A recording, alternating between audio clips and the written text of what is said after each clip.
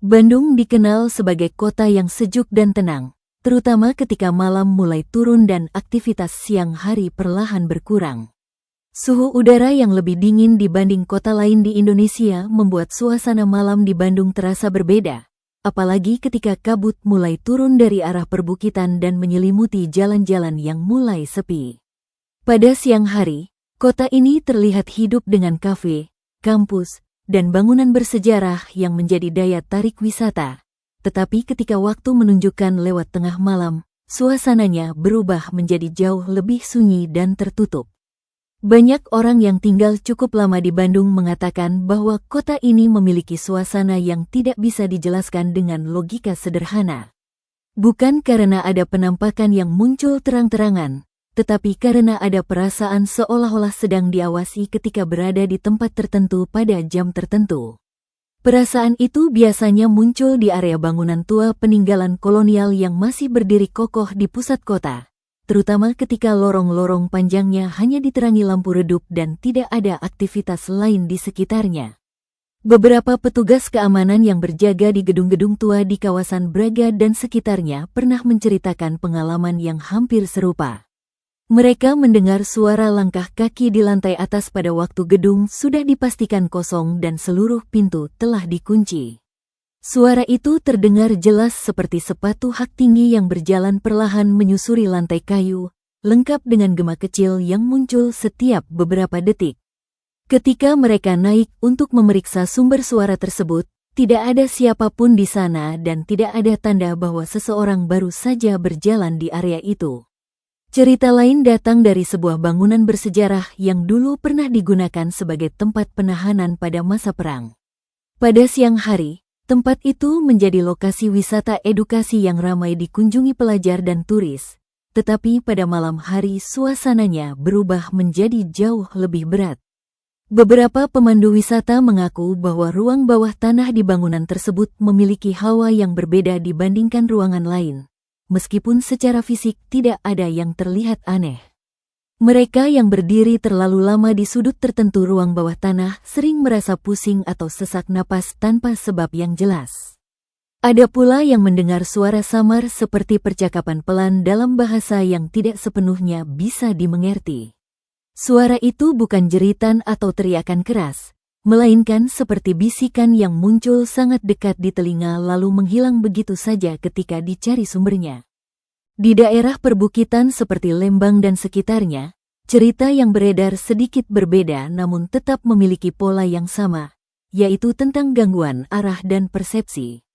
Beberapa pengendara motor yang melintas tengah malam mengaku pernah melewati jalan yang terasa berulang, seolah-olah mereka kembali ke tikungan yang sama meskipun yakin tidak berputar arah. Ada yang merasa perjalanan menjadi jauh lebih lama dari biasanya, padahal jarak tempuh sebenarnya tidak berubah. Kabut yang turun dengan cepat sering menjadi penjelasan logis untuk kejadian tersebut, tetapi tidak sedikit yang percaya bahwa ada faktor lain yang membuat seseorang kehilangan orientasi.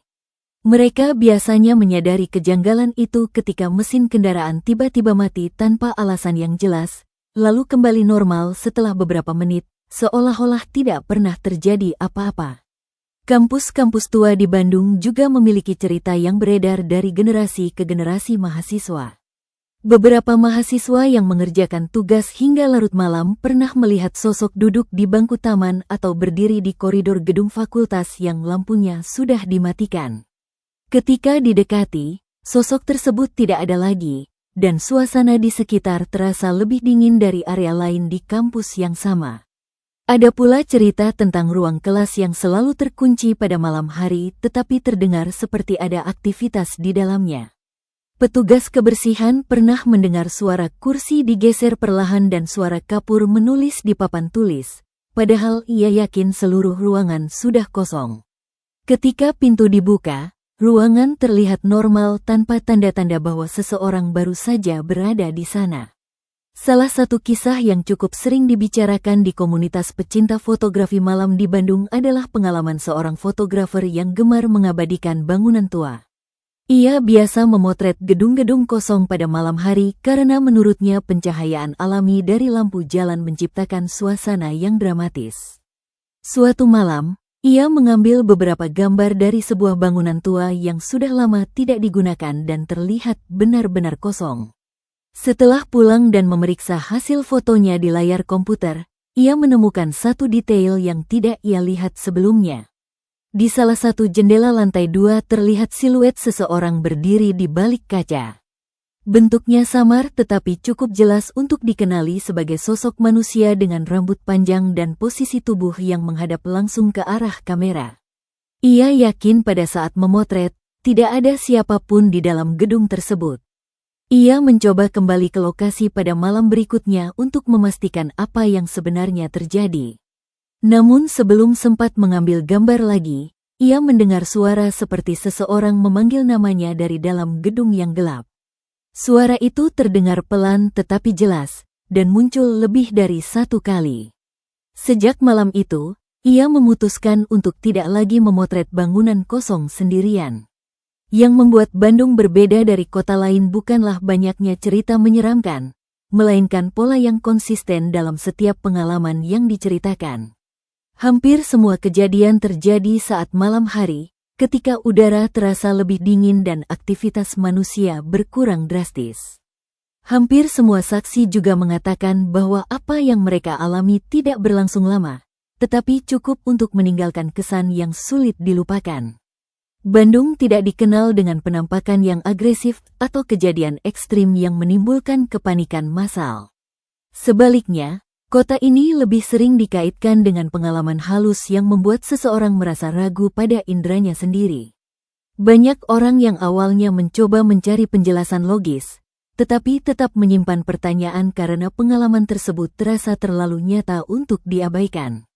Beberapa warga lama percaya bahwa suhu dingin dan kabut yang sering turun pada malam hari membuat suasana menjadi lebih sensitif terhadap hal-hal yang tidak terlihat.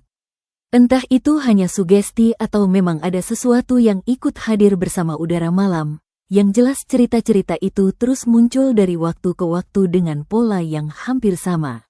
Bandung mungkin terlihat seperti kota yang nyaman dan bersahabat di siang hari, tetapi ketika malam datang dan jalanan mulai kosong, suasananya berubah menjadi lebih tertutup dan sulit ditebak.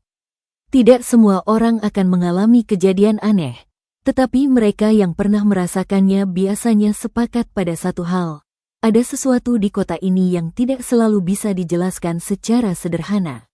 Dan ketika udara malam terasa lebih dingin dari biasanya, sebagian orang memilih untuk tidak terlalu lama berada di luar, karena mereka tahu bahwa dalam kesunyian yang terlalu dalam, terkadang ada suara lain yang ikut hadir.